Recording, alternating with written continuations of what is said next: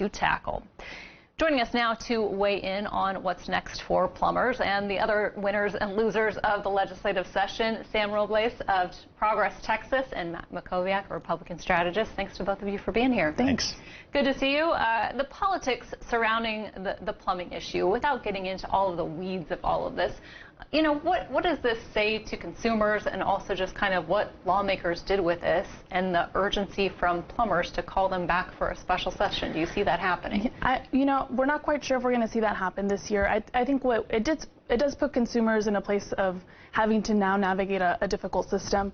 I think what's a little frustrating about the situation is that throughout session there was industry groups that came to the table to provide solutions to lawmakers. So you had unions and non-union associations coming with solutions to extend, solutions with health and safety that were yet ignored by the legislature. And I think what we're seeing in the days now after session is that those folks who live and work in the plumbing industry, who work in the plumbing industry, they're going to make sure that health and safety continue to be a top priority. Now, what's your take on this, Matt, just in terms of, you know, the politics surrounding it, why this wasn't pushed forward by lawmakers in the end? Yeah, look, this was, I think, something that kind of got lost in the shuffle. And what generally happens is they pass a safety net bill in case agencies don't get extended that are up for sunset, and that didn't happen this time. You know, 2 years ago, as you mentioned in the package, when the medical board wasn't renewed, we knew we had to have a special session. The special session was not called because of the Texas Medical Examiners Board. Right. It was on much bigger issues, and that was wrapped in, and they were able to finish it. The fact that this is kind of held hostage. A little bit, yeah, a little bit. And obviously, there's a difference between knowing you're going to a doctor and knowing you're having a plumber who's been licensed.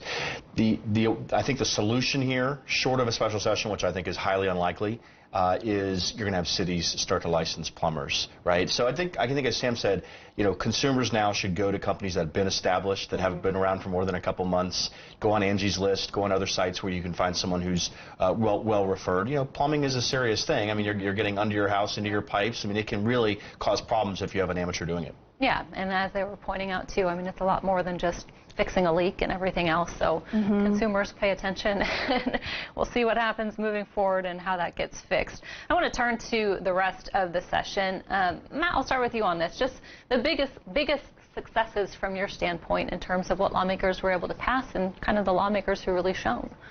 Yeah, I mean, I think we have to step back and recognize that in 140 days, they did two very difficult, complex issues in school finance reform and property tax reform.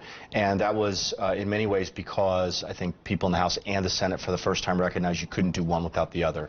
That was the, I think, real epiphany. If you remember 2 years ago, the House wanted to do school finance reform and the Senate wanted to do property tax reform. But they're related, right? We know that recapture is cut in half in the school finance reform. That affects property tax reform and vice versa. So I think this session was about those two issues. If one or two of those things didn't happen, we were going to have a special session. The fact that they got both of them done in 140 days. School finance hasn't been done in more than 10 years. Property tax hasn't been done, I don't think, in decades.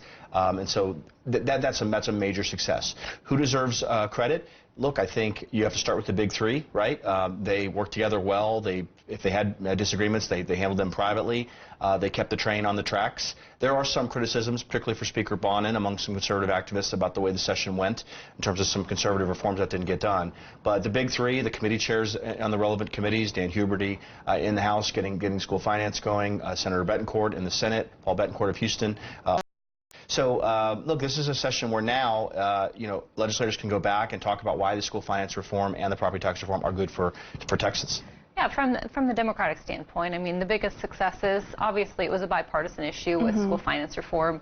Maybe not as much so on property taxes, but some of that is kind of still bipartisan in other ways. But what was your take on just the biggest successes? Well, absolutely, school finance is a huge issue that was addressed, and we didn't get everything we wanted, but some huge progress was made, especially when we look at schools who serve low-income students across Texas. They're getting a little bit more money to be able to serve their students without it being tied to standardized testing, which is great for the communities around Texas. I think other huge successes that we've seen this legislative session is making sure that voting rights are protected.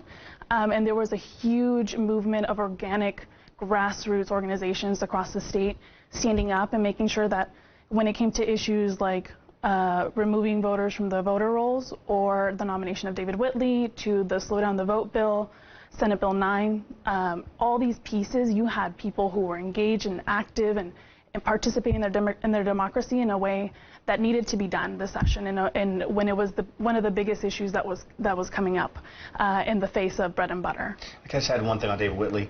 The Democrats in the Senate were able to block his nomination. They had a role to secure commitments from him. He was able to settle the lawsuit, which paid the legal fees of the folks that were suing over it. It was a mistake that DPS made, not that Whitley made, although of course he's taking responsibility for it. The important thing now is that the governor's going to be able to appoint his own Secretary of State who's going to serve for 18 months, and there's nothing anyone in the legislature can do about it until the next legislative session. So Democrats may have won the battle. They're going to lose the war in the sense that they have no control whatsoever over who the governor's now going to appoint. Yeah, I don't know if you want to respond to that, too. Well, folks are going to stay vigilant in this case and what continues to happen administratively through the state. I don't think we've heard the last of these sort of voter rights infringements, and I think people are going to be vigilant in what's coming next. Well, let's turn to some of the biggest disappointments of the session. From the Republican standpoint, what do you think were the biggest disappointments that didn't get passed? Yeah, look, there's actually a fairly long list. I would point to two things the conservative activists are really frustrated about. First of all, the paid sick leave ordinance that wasn't preempted. I honestly really believe that was likely to happen. I think if Representative Paul Workman hadn't lost re-election from House District 47 here in Travis County, I think he would have pushed that through. Austin and San Antonio both have sick leave ordinances that are harming small businesses, that are harming fast food. It's a mandate from government. It's very expensive, and that didn't happen. I don't even understand why it didn't happen. Well, and it seemed like it was a big push to make this happen. It seemed like a slam dunk.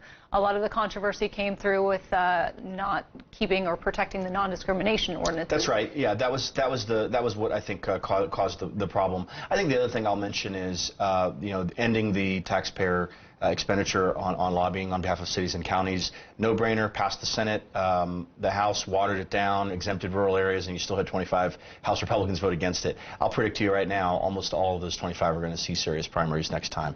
It makes no sense. A county judge, a mayor doesn't need a lobbyist to go meet with their state representative, and taxpayer dollars shouldn't go to that purpose. And so those are two things. I could actually go on for quite a while about other disappointments. I think that the Speaker really didn't want to let these second and third tier issues in his mind sidetrack the legislature and prevent them from achieving the two big things he really wanted to do. He knew school finance reform and property tax reform were so tough, it's so complicated, that they had to really stay focused on those two issues to get them done. Yeah, lofty goals.